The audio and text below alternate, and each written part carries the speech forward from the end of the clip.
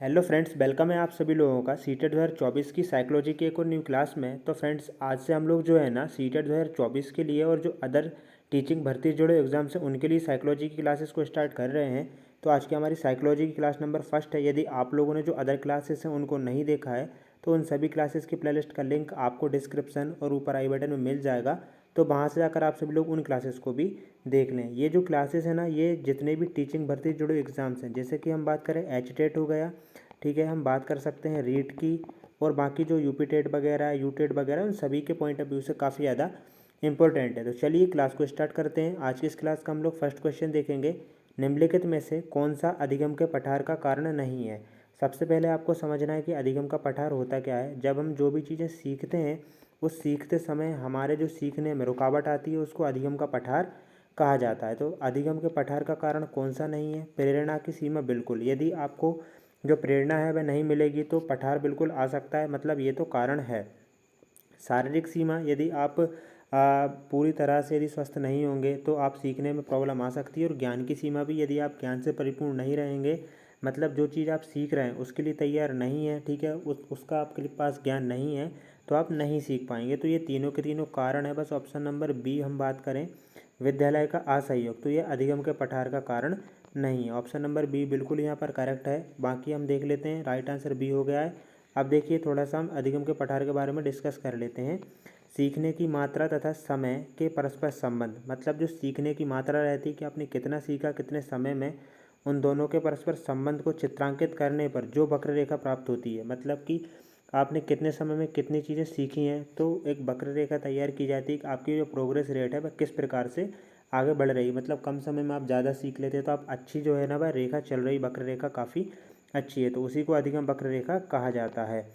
आगे देखेंगे, next question को देख लेते हैं। देखिएगा, इसमें पहले ये और देख लीजिए, यदि आप ज़्यादा समय में कम सीख रहे हैं तो वह भी आपकी जो अधिगम वक्र रेखा है तो वह आपका पठार की ओर दर्शाती है कि जो है ना आपकी सीखने की गति धीमी है।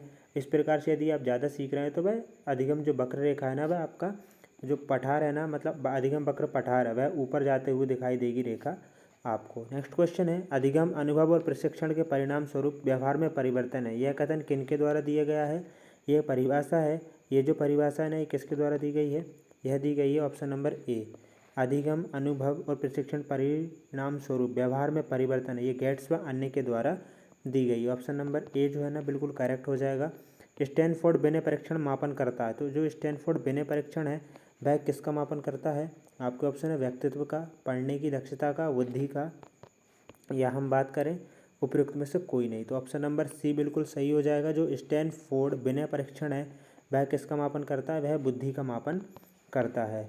नेक्स्ट क्वेश्चन को देखिएगा, अंतर्मुखी व्यक्तित्व एवं बाहिर्मुखी व्यक्तित्व का वर्गीकरण किसने किया है।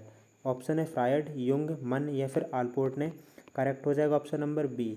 हम बात करें अंतर्मुखी और एवं बाहिर्मुखी की, तो इसका जो वर्गीकरण है ना वह किसने, युंग ने किया है। बच्चों के सामाजिक विकास को प्रभावित करने वाला कारक है, तो जो बच्चों का सामाजिक विकास है उसको प्रभावित करने वाला कारक कौन सा होता है। आर्थिक तत्व, सामाजिक परिवेशजन्य तत्व, शारीरिक तत्व या फिर वंशानुगत तत्व। Right answer option number B हो जाएगा, क्योंकि सामाजिक विकास कहाँ पर होता है, समाज में रहकर होता है। तो जो सामाजिक जो परिवेश रहता है, ठीक है, वह जो तत्व रहते हैं ना, वही सामाजिक विकास को प्रभावित करते हैं। नेक्स्ट क्वेश्चन है, निम्नलिखित में से कौन सा शारीरिक विकास का एक प्रमुख नियम है। तो शारीरिक विकास का कौन सा प्रमुख नियम है। मानसिक विकास से भिन्नता का नियम, अनियमित विकास का नियम, द्रुतगामी विकास का नियम, कल्पना और संवेगत विकास के संबंध का नियम। Correct answer option number B है, अनियमित विकास का नियम, क्योंकि विकास जो है ना वह नियमित होता है। कैसा होता है, नियमित तरीके से आगे बढ़ता है।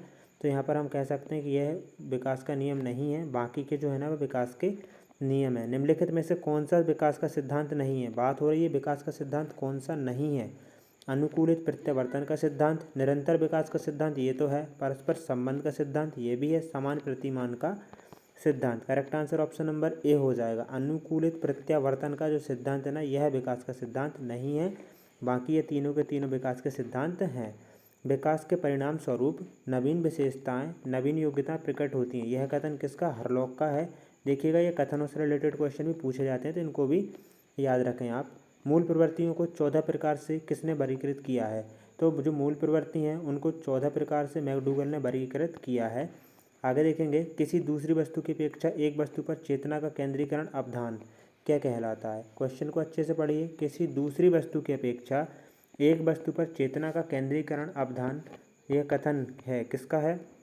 यह कथन है ऑप्शन नंबर ए डम्बिल का। किसका? डम्बिल का यह कथन है। देखिएगा यहाँ पर हम इसको एक बार फिर से देख लेते हैं।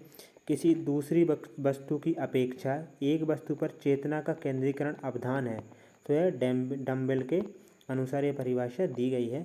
अगला क्वेश्चन है, निम्नलिखित में से कौन सा सीखने के मुख्य नियमों में शामिल नहीं है। तो हम ये क्वेश्चन पहले भी देख चुके हैं हिंदी पेडागोजी में। यहाँ पर देखिएगा, ये तो है मुख्य नियम है, ठीक है। ये बहुगुणी क्रिया का जो नियम है ना, यह एक गौण नियम है, ठीक है ना। कौन सा नियम है? गौण नियम है, और ये सभी के सभी थॉर्नडाइक के द्वारा दिए गए हैं। नेक्स्ट क्वेश्चन को देखिएगा, 12 वर्ष से लेकर 16 वर्ष के बच्चों के लिए हिंदी में डॉक्टर एस जलोटा ने कौन सा परीक्षण प्रतिपादित किया है। तो राइट आंसर क्या हो जाएगा, बताइएगा इसका। राइट आंसर है ऑप्शन नंबर बी, साधारण मानसिक योग्यता परीक्षण। तो देखिएगा, इस क्लास में हम लोग लगभग 20 क्वेश्चन को डिस्कस कर रहे हैं, जो कि एग्जाम के पॉइंट ऑफ व्यू से काफ़ी ज़्यादा इंपॉर्टेंट है। और सभी के सभी जो क्वेश्चन है ना, वह एग्जाम ओरिएंटेड क्वेश्चन है, तो इनको ना बिल्कुल भी आप नोट डाउन जरूर करते जाइएगा। देखिएगा, नेक्स्ट क्वेश्चन है, बुद्धि के द्विकारक सिद्धांत का प्रतिपादन किसने किया था। हम बात करें द्विकारक का, तो यह जो है ना स्पीयरमैन ने इसका प्रतिपादन किया था। आगे देखेंगे नेक्स्ट क्वेश्चन, निम्नलिखित में से कौन सा युग्म सही नहीं है। तो कौन सा जो युग्म है, जोड़ा है, जो कि सही नहीं है। सीखने का उद्दीपक अनुक्रिया का सिद्धांत थॉर्नडाइक ने बिल्कुल दिया है। सीखने का क्रिया प्रसूत अनुबंधन सिद्धांत, यह भी स्किनर ने ही दिया है। सीखने का क्लासिकल सिद्धांत पावलोव ने दिया है। सीखने का समग्र सिद्धांत हल ने नहीं दिया, बल्कि ये किसने दिया, यह है कोहलबर्ग, ठीक है। कोहलबर्ग और जो मैक्स वर्देमर वगैरह है ना, कोफका, उन्होंने दिया था। तो right answer option number D हो जाएगा इसका। इनमें से किनका नाम सुजन साध के पिता से जुड़ा हुआ है। सुजन शास्त्र, ठीक है ना, इसको सही कर लीजिएगा। सुजन शास्त्र की हम लोग बात कर रहे हैं, तो ये किससे, मतलब किसका जुड़ा हुआ है। क्रो एवं क्रो, गोल्टन, रॉस या फिर Woodworth. Right answer option number B हो जाएगा। गोल्टन का जो है ना, सृजन शास्त्र के साथ जुड़ा हुआ है। ग्रंथियों के आधार पर व्यक्तित्व के विभिन्न प्रकारों की चर्चा किसने की थी। ग्रंथियों के आधार पर व्यक्तित्व के विभिन्न प्रकारों की चर्चा हम यहाँ पर कह सकते हैं किसने की थी। यहाँ पर देखिएगा आंसर, तो इसका क्या हो जाए, ग्रंथियों के आधार पर व्यक्तित्व के विभिन्न प्रकारों की चर्चा किसने की थी। तो यहाँ पर देखिएगा, इसका आंसर देख लेते हैं हम लोग। इसका जो करेक्ट आंसर हो जाएगा वह हो जाएगा कैनन, ठीक है ना। ग्रंथियों के आधार पर व्यक्तित्व के विभिन्न प्रकारों की जो चर्चा है ना, वह कैनन ने की थी। आगे देखिएगा, नेक्स्ट क्वेश्चन है, सृजनात्मकता मौलिक परिणामों को अभिव्यक्त करने की मानसिक प्रक्रिया है। यह कथन किसका है। कोल एवं ब्रुश का, ड्रेब हेल का, डी हान का, या फिर क्रो एवं क्रो का। राइट आंसर हो जाएगा ऑप्शन नंबर डी, जो सृजनात्मकता है वह मौलिक परिणामों का अभिव्यक्त करने की मानसिक प्रक्रिया, यह कथन क्रो एवं क्रो का है। इसको भी याद रखिएगा। विद्रोह की भावना की प्रवृत्ति निम्नलिखित में से किस अवस्था से संबंधित है। तो यह ऑप्शन नंबर सी, जो पूर्व किशोर अवस्था रहती है ना, इसमें विद्रोह की भावना उत्पन्न होती है बच्चों में। देखिए, इसके बारे में यहाँ पर हम लोगों ने फुल डिटेल से भी डिस्कस कर रखा है। पूर्व किशोर अवस्था जो कि 12 से लेकर 14 वर्ष तक की होती है, ये भी आपको याद रखना है। समय अवधि के किशोर में शारीरिक और मानसिक स्वतंत्रता की प्रबल भावना होती है, अतः यदि उस पर किसी प्रकार का प्रतिबंध लगाया जाता है तो उसमें विद्रोह की ज्वाला फूट पड़ती है। कोल्सनिक का कथन है कि किशोर प्रौढ़ों को अपने मार्ग में बाधा समझते हैं, जो अपनी स्वतंत्रता का लक्ष्य प्राप्त करने से रोकते हैं। आपने देखा होगा 12 से 14 साल के जो बच्चे रहते हैं ना, यदि उनसे उनके माता पिता कुछ ऐसी बात कर देते हैं तो वो भड़क जाते हैं, तो यह विद्रोह की अवस्था कही जाती है।